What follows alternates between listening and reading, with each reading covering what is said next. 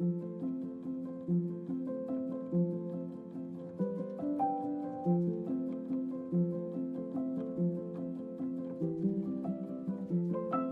started in 2011, probably shortly after losing my mom in 2010, and that kind of, I've been a collector my whole life, and losing my mom made me realize I couldn't keep everything that I collected over the years, so I started this on the weekend just to kind of get rid of excess stuff, because I basically had everything from my whole childhood, so I started selling my childhood stuff.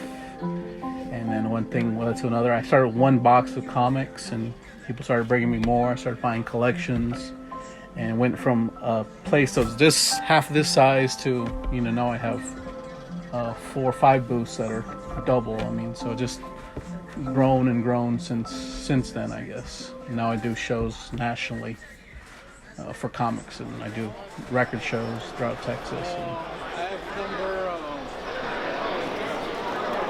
12. Chicago, New York, San Diego, do Houston, Dallas, this show here in San Antonio, as well as Austin. And so everywhere I go, there's always tons of people.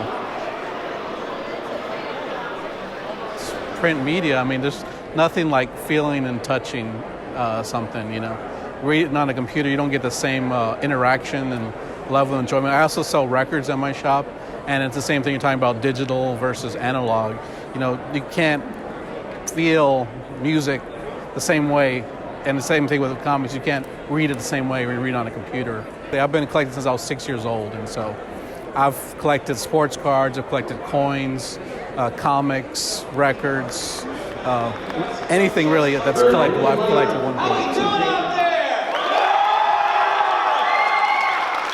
There we go. I see some 10-gallon hats out there. You guys all big fans of Red Dead Redemption?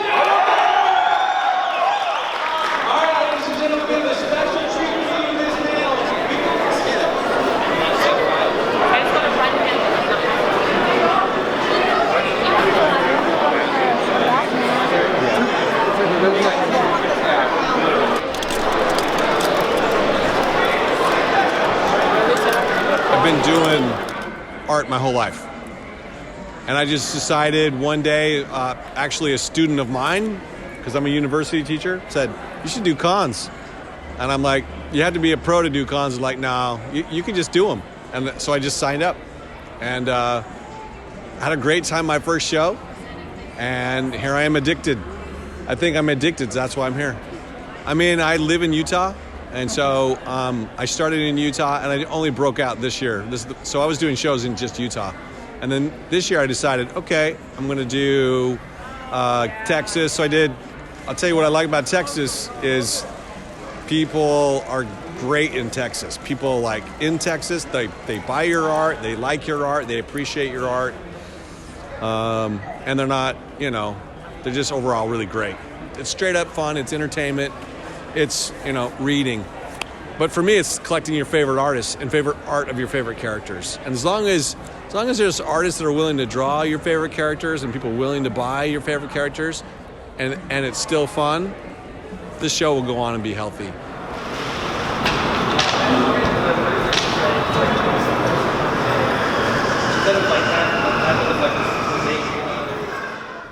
Dragon's Lair Comics and Fantasy was founded in Austin 33 years ago, a little farther down south. We've moved a number of times, and now we are an 11,000 square foot retail store catering both comics, graphic novels, prose novels, manga, as well as board games, card games, miniatures games.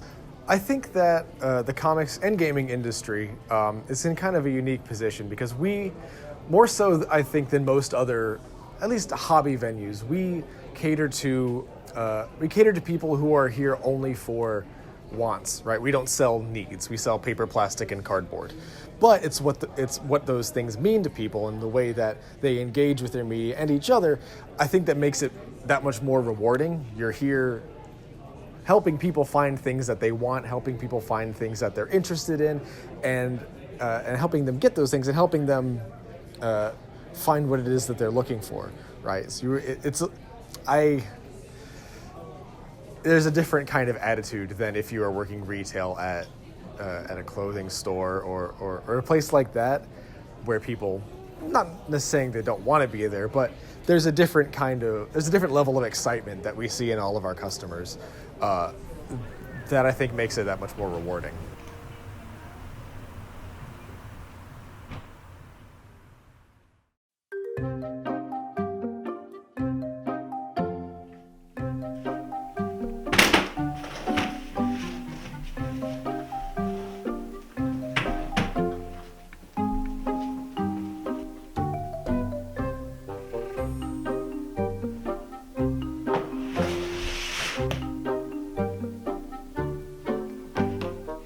These are manga, Japanese comic books, read backwards, I suppose you would say, from the usual comic book, like how you would open it. It starts out on the back cover, so you gotta flip it over, and it's almost like you're reading backwards.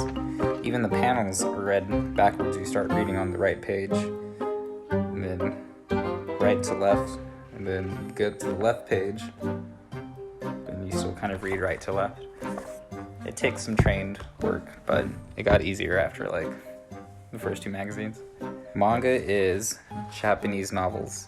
When they introduced it to Shonen Jump to the Americas, they actually let the reader know that you're on the last page if you were to open it how you would any other book.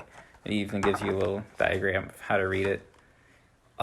2003 would have to be when I started. Seems like kept a pretty solid collection going for about 5 years, and then probably stopped being allowed to carry these many magazines in my room that I shared with my little brother. Not as prominent as it is now. I feel like nowadays everyone at least watches anime if they don't read the manga, but there's definitely more manga out now than there was 15 years ago. For the most part, no, I don't buy any of these today. I read them online mostly. There's a lot of different sites. I do try to, though, buy when I can, just to still support, since reading online is technically illegal and stealing and against copyright and all that. Other than going to the conventions where they sell the individual mangas and celebrate the manga life culture in general, I don't hang out with the community a lot. And I think that's the most important part, is just comics are fun. And if comics ever stop being fun, then the industry will we're done, right?